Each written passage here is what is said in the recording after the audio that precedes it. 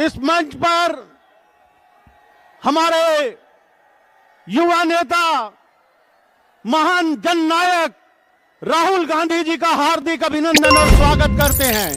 अब मैं जेपी पवार जी से कहूंगा, जो यहां से मादीपुर से उम्मीदवार हैं, राहुल गांधी जी का स्वागत करें। सब बैठा दो। प्राप्त कर रहा हूं मैं, जो आपने 5 योजना कांग्रेस की निकाली है, ये मेरी दलित बस्ती है। महंगाई की खिलाफ जो 500 रुपए का सिलेंडर, जीवन रक्षक 25 लाख रुपए तक का इलाज फ्री, हर महिला को हर महीने 2500 रुपए मिलेंगे, और 8,500 जो बीए कर रखे जिन बच्चों ने, उन बच्चों को 8,500 रुपए हर महीने 1 साल तक मिलेंगे, और 300 यूनिट फ्री बिजली मिलेगी। जैसे राहुल गांधी साहब ने पूरे हिंदुस्तान को अपने कदमों से नाप दिया, इसी तरीके से दिल्ली प्रदेश अध्यक्ष भाई देवेंद्र ने, आज दिल्ली में जो कांग्रेस की स्थिति है वो भाई देवेंद्र जी की वजह से है। पूरी दिल्ली में घर घर जाके एक एक कार्यकर्ता को जगाया है, और तमाम मैं कार्यकर्ताओं का तहे दिल से धन्यवाद करना चाहता हूं कि राहुल गांधी जी मुझे आशीर्वाद देने और मुझे ब्लॉक अध्यक्षों का आशीर्वाद देना है। तहे दिल से धन्यवाद। जय हिंद, जय कांग्रेस। भाइयों दोस्तों, जिनको सुनने और देखने के लिए आप, और जो मादीपुर में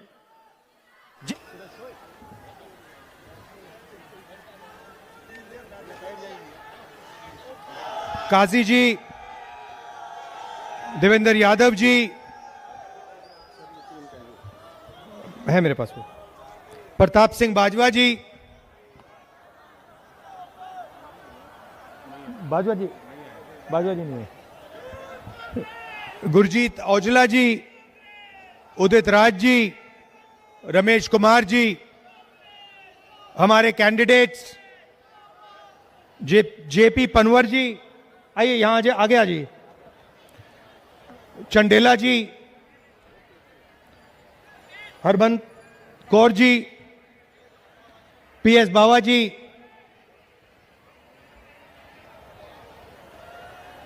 ठीक है, बैठ सकते हैं। Thank you. स्टेज पे कांग्रेस पार्टी के वरिष्ठ नेता, हमारे प्यारे कार्यकर्ता, भाइयों और बहनों, दिल्ली के भाइयों और बहनों, और प्रेस के हमारे प्यारे मित्रों, ये देखो ऐसे कर रहे हैं भैया, थोड़ा टीवी पे भी दिखा दिया करो कांग्रेस पार्टी का।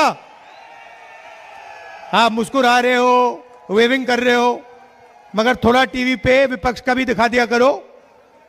सिर्फ मोदी जी का चेहरा दिखाते हैं, अंबानी का दिखाते हैं, अदानी का दिखाते हैं ये लोग।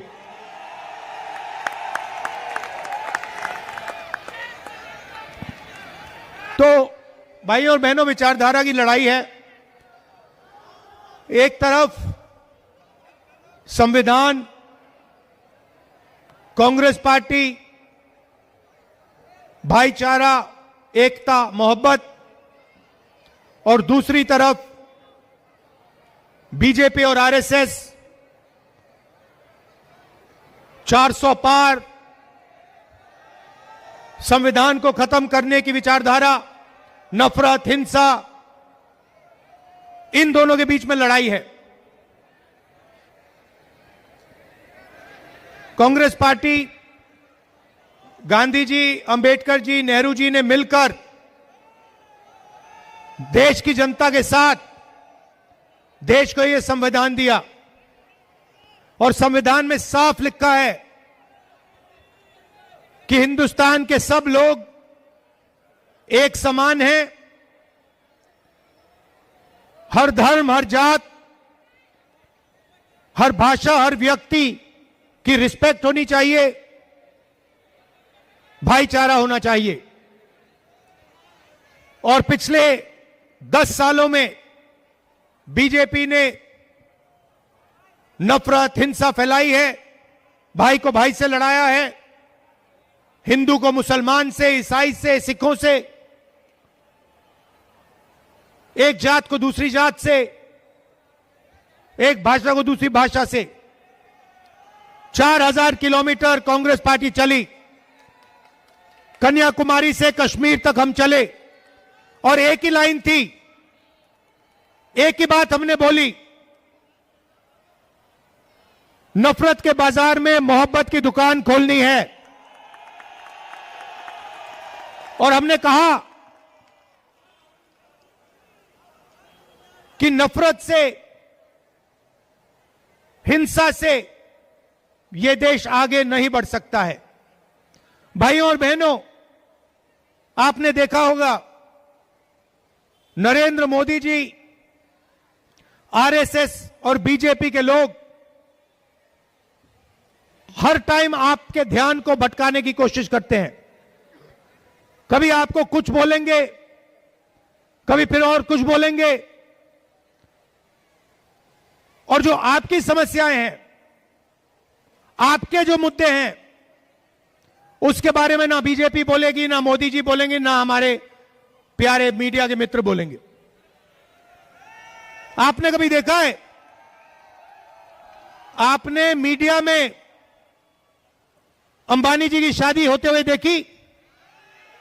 वहां डांस गाना देखा? बॉलीवुड, क्रिकेटर सब देखे? 8-10 करोड़ रुपए की घड़ी देखी?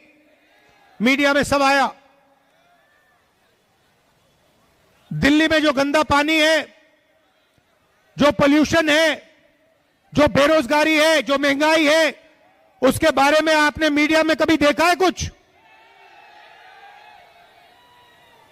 कुछ नहीं दिखाते। लक्ष्य है नफरत फैलाओ,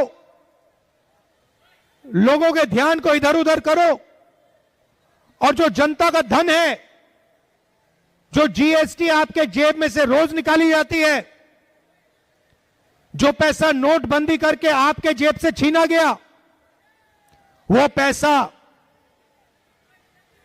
हिंदुस्तान के सबसे बड़े अरबपतियों को पकड़ना है। 16 लाख करोड़ रुपए नरेंद्र मोदी जी ने 25 लोगों का कर्जा माफ किया है। मैं दिल्ली वालों से पूछना चाहता हूं, दिल्ली के व्यापारियों का, दिल्ली के स्टूडेंट्स का, दिल्ली के हाउसवाइफ्स का इन्होंने कितना कर्जा माफ किया है? 1 रुपया आपका कर्जा माफ नहीं किया है। आपके सामने महंगाई, बेरोजगारी, नोटबंदी की, जो पहले इंडस्ट्रीज हुआ करती थी, स्मॉल और मीडियम इंडस्ट्रीज जो थी, दिल्ली में थी, पूरे हिंदुस्तान में थी, जीएसटी ने, नोटबंदी ने उन सबको बंद कर दिया, खत्म कर दिया। आज हालत क्या है? प्राइवेट यूनिवर्सिटीज में, प्राइवेट कॉलेजेस में आप लाखों रुपए देते हो, मजदूरों के बच्चे प्राइवेट यूनिवर्सिटी कॉलेजेस में जाते हैं, प्राइवेट स्कूल्स में जाते हैं, सर्टिफिकेट लेते हैं, कोई इंजीनियर बनता है, कोई डॉक्टर बनता है, और फिर उसके बाद लाखों रुपए देने के बाद, मेहनत के पैसे देने के बाद आपको पता लगता है कि हिंदुस्तान में बेरोजगारी है, इंजीनियरिंग की डिग्री हो कोई मतलब नहीं, मजदूर का काम करना पड़ता है, कुली का काम करना पड़ता है। यह आज हिंदुस्तान की सच्चाई है। और दूसरी तरफ नरेंद्र मोदी मन की बात करते रहते हैं, मन की बात, मन की बात, मन की बात। हम अपनी मन की बात नहीं करने आए हैं, हम आपकी मन की बात सुनने आए हैं। और इसलिए हमने मैनिफेस्टो में आपसे पूछकर, आपसे सुनकर जो आपकी मांगे थी, हमने अपने मैनिफेस्टो में गारंटीज दिलवाई हैं। सीधा महिलाओं के बैंक अकाउंट में हम पैसा डालने जा रहे हैं, गैस सिलेंडर का दाम हम कम करने जा रहे हैं। तो यह लड़ाई विचारधारा की है।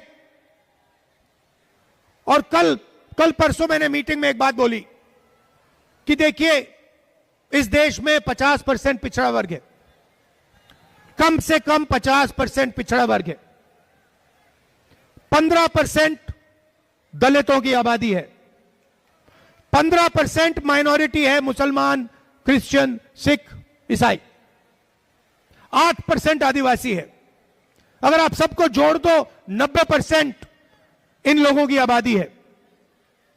मगर आप हिंदुस्तान की कॉर्पोरेट इंडिया को देखो, प्राइवेट यूनिवर्सिटीज कॉलेजेस को देखो, मीडिया को देखो, जुडिशरी को देखो, 90% में से आपको इन संस्थाओं में, इन इंस्टीट्यूशन में एक व्यक्ति नहीं मिलेगा। आपको रिप्रेजेंटेशन मिल गई मगर आपको भागीदारी आज तक नहीं मिली है, यह सच्चाई है। बजट का पैसा आप देते हो, जीएसटी का पैसा हिंदुस्तान के गरीब लोग देते हैं। 50% पिछड़ा वर्ग है, 15% दलित, 15% माइनॉरिटी, 8% आदिवासी, 90% आबादी आपकी है। जितनी जीएसटी आप देते हो उतनी जीएसटी अदानी अंबानी देते हैं। अगर हिंदुस्तान का सबसे गरीब व्यक्ति